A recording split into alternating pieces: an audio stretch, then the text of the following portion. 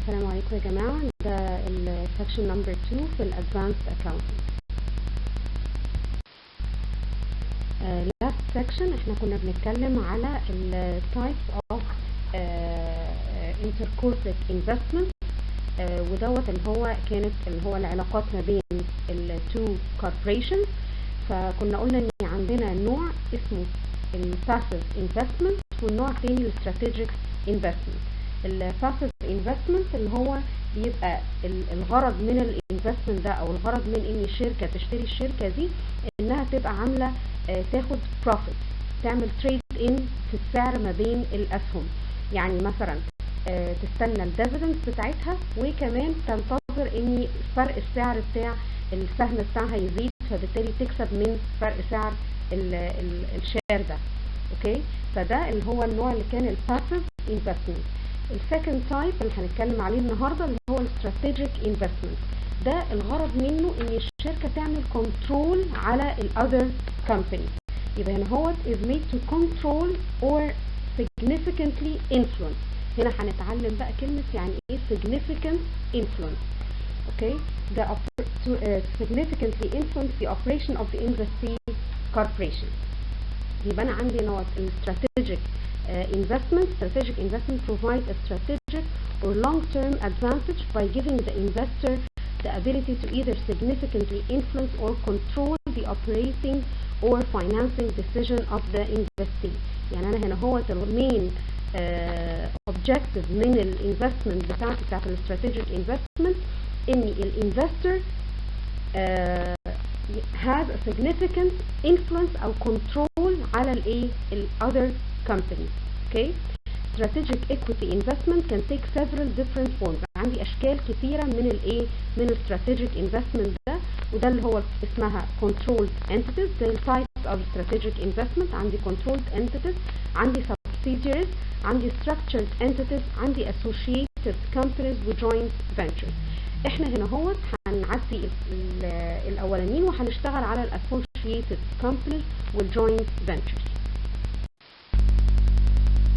عندي الاسوشيتس IAS 28 investment in associates. عندي الستاندرد الخاص بالاسوشيتس اللي هي الشركات المتضامنه. يعني IAS 28 defines associates as companies investees over whom the investor has the ability to exert significant influence but not the ability to exert control.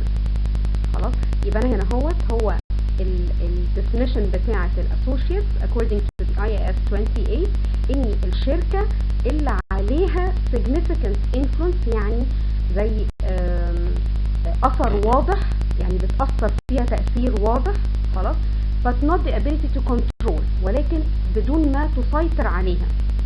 the ability to participate in the operating and financial policy decisions of the investee without being able to control them. يعني هي عندها السلطة أو عندها الإمكانية إنها تشارك في ال operating and financial policy للبوليسيز، النظم بتاعة التشغيل والنظم المالية اللي متبعينها، ولكنها ما تقدرش تعمل كنترول كامل. أوكي، يبقى دوت هنا عندي الأسوشيت دوت الديفينيشن بتاعتها.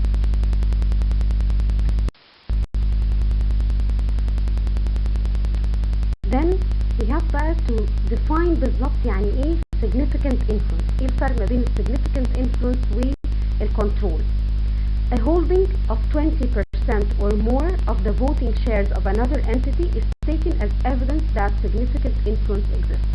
علشان اقدر اعمل significant influence يبقى ليا اثر في تحريك قرارات الشركة دي، اوكي، لازم اكون امتلك اكتر من 20% او اكتر، بس بشرط ان ما يبقاش في حد غيري ممتلك اكتر مني.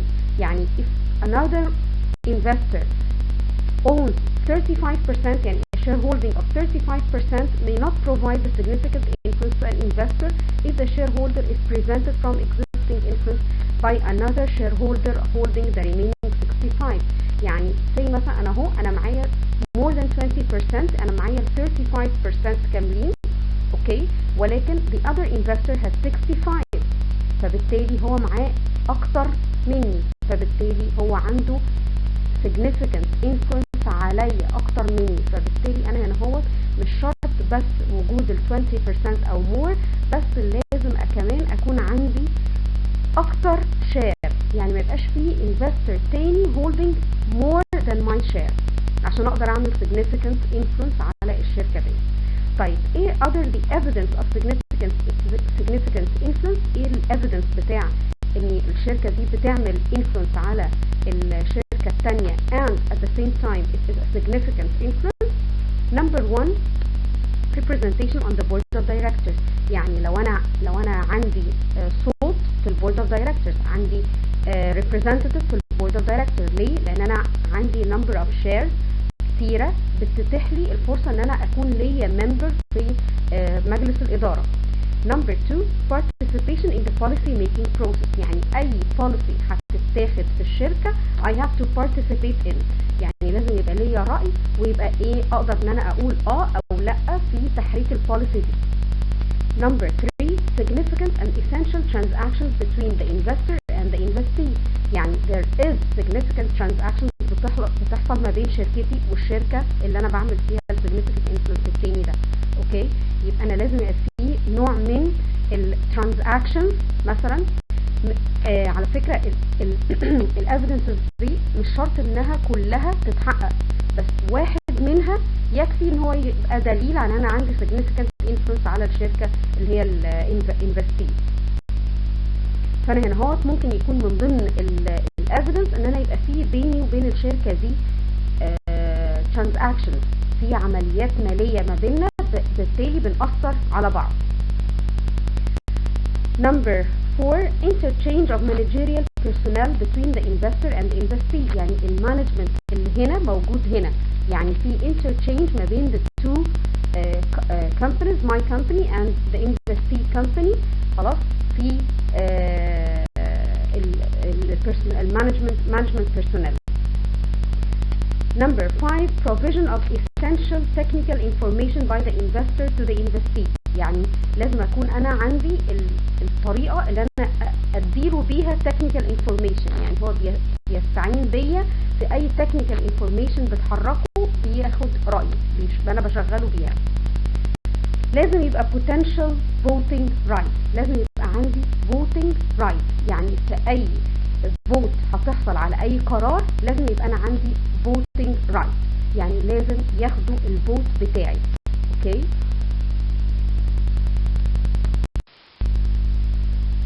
هنا بقى how to report this investment in my books. انا دلوقتي كشركة عندي associated مع شركة تانية، how to report this associate in my books. Under the IS 28 the investor proportionate share of the investee's earnings should be reported in the investor SCI، هي ال comprehensive income statement of comprehensive income. يعني انا بعمل reporting للinvestment ديت عندي في ال comprehensive income بتاعتي. This is known as the equity method of reporting. طريقة ان انا اعمل recording للinvestment ديت في ال comprehensive income دي اسمها equity method reporting. How does this equity method go? By adding that amount to the investment account and includes it in determining the investor's net income.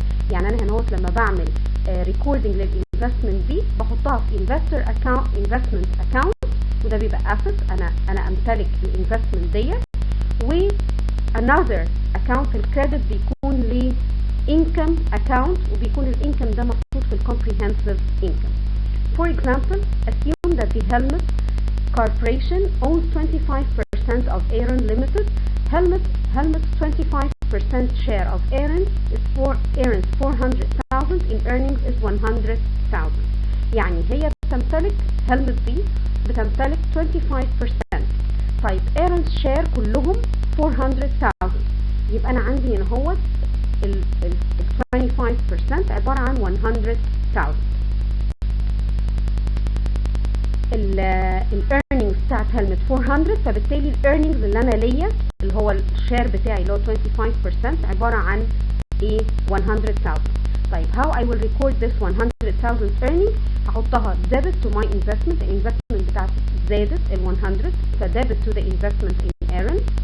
okay, and credit to the Helmut share of earning of Aaron ودوت في النت انكم سكشن في الكومبريهنسيف انكم ستيتمنت. اوكي، يبقى انا بحطها ديبت للاسيت وكريدت للانكم اكاونت. طيب بعد كده هو ايرن will declare dividends، اعلنت على dividends، هتوزع dividends.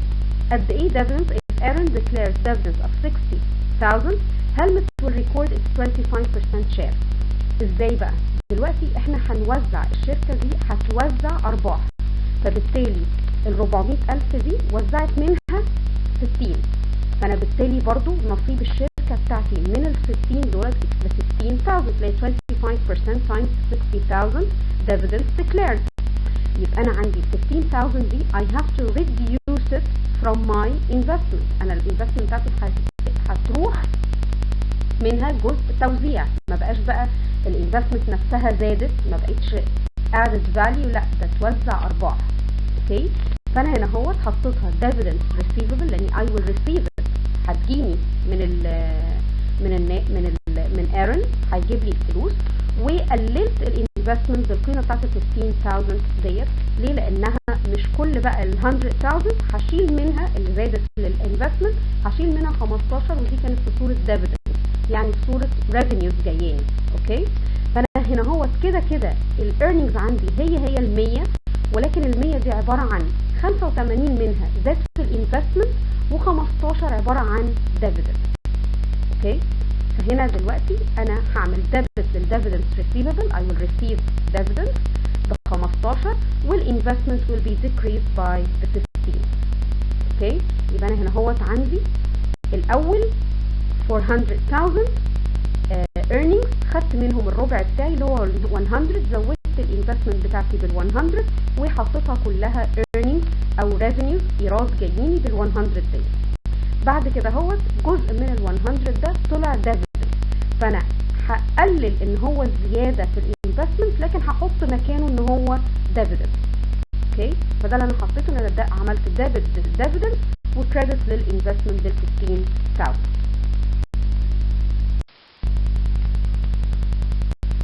The next type of strategic investment is the joint venture. The joint venture is defined in IFRS 11. الستاندرد الخاص بالjoint venture is the IFRS 11. Joint agreement as an agreement between two or more entities whereby the parties that have joint control of the arrangement have rights to the net assets of the arrangement. يعني أنا هنا هوت عندي joint agreement ما بين two entities. خلاص، الاجريمنت دي بتتيح الفرصه للشركه انها تبقى عندها حق على النت اسيت، يعني التوتال اسيت after paying the liabilities. النت اسيت دي اللي هي total assets minus liabilities. اوكي، الارينجمنت ديت بتديلها الحق انها تبقى عندها right to the net assets of the arrangement. Under the IFRS 11 there are two types of joint arrangements: joint operations and joint ventures. الIFRS ده بيديلنا two types of joint arrangements: joint operation و joint venture. ايه الفرق ما بينهم؟ In joint operations, rights over the individual assets and are obligated for individual liabilities of the joint operation. يعني في joint operations زي ما يكونوا هما يعني ايه اتحدوا مع بعض في operation معينة، دخلوا مع بعض مشروع. اوكي، فبالتالي the two companies are liable for the liabilities and have the right over the assets. يبقى انا هنا مش بتكلم على النت في الاخر، لا. ليه؟ لان انا داخله معاهم joint في مشروع كامل في operation. فانا هنا هو the two companies are having the right على الاسيتس with the same time they are obliged for the individual liabilities. عليهم كمان liabilities بتاعت الاوبريشن ديت. Okay? Therefore, each joint venture should include on its respective financial statements its share of the assets, liabilities, revenues and expenses of the joint operation. فبالتالي هما الاثنين لازم يبقى عندهم في الستيتمنت بتاعتهم كل حاجة عن الاسيتس واللايبيليتيز والريفينيوز والاكسبنسز بتاعت الاوبريشن ديت. خلاص، ولكن بقى in contrast الجوينت فينتشر have the rights only over the net assets. انا بس مشترك معاك، انا ليا شراكه في الشركه دي، ولكن انا ليا في الاخر النت، مش في اوبريشن بعينها عند الشركه دي، لا انا ليا جوينت، انا عامل جوينت مع الشركه دي بالكامل، ففي الاخر انا ليا النت اسيت بتاعتك بعد ما تصفي كل اللايبيليتيز بتاعتك. يبقى ده الفرق ما بين the joint operations and the joint venture. هنا the joint venture agreement. An essential and distinguishing characteristic of a joint venture is that no one investor can make major strategic decisions unilaterally. يعني مفيش واحد منهم يقدر ياخد قرار لوحده. They are joint، عندهم ايه؟ شراكة بينهم وبين بعض. يعني major decisions require the consent of all of the co-ventures.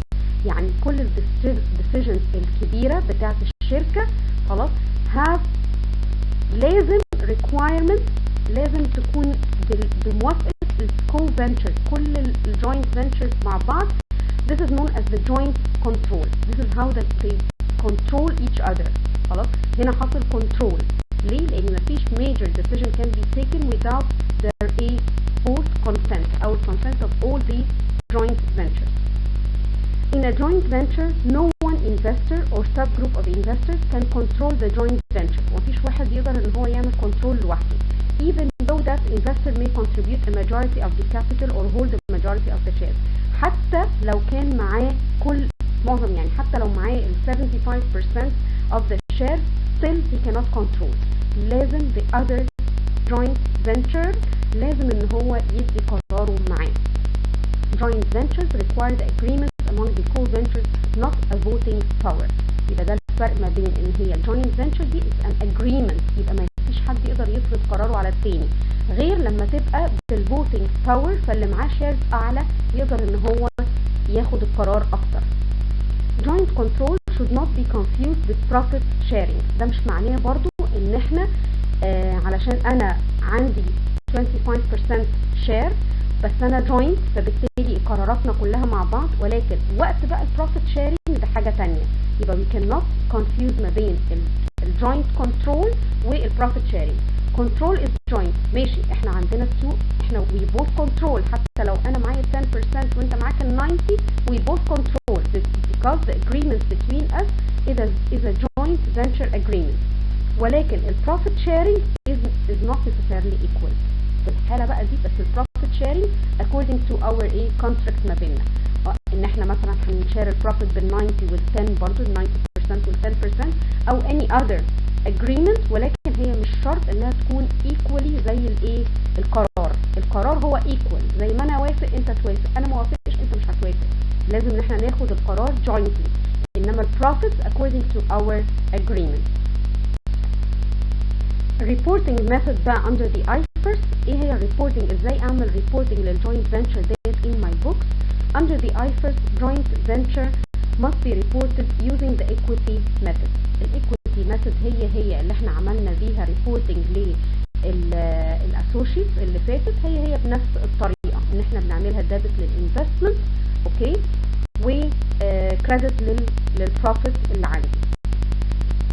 الايكويتي ميثود نفس الطريقه اللي احنا اشتغلناها المره اللي فاتت، هي الابليكابل فور ذا جوينت فينتشر، نو ديفرنس.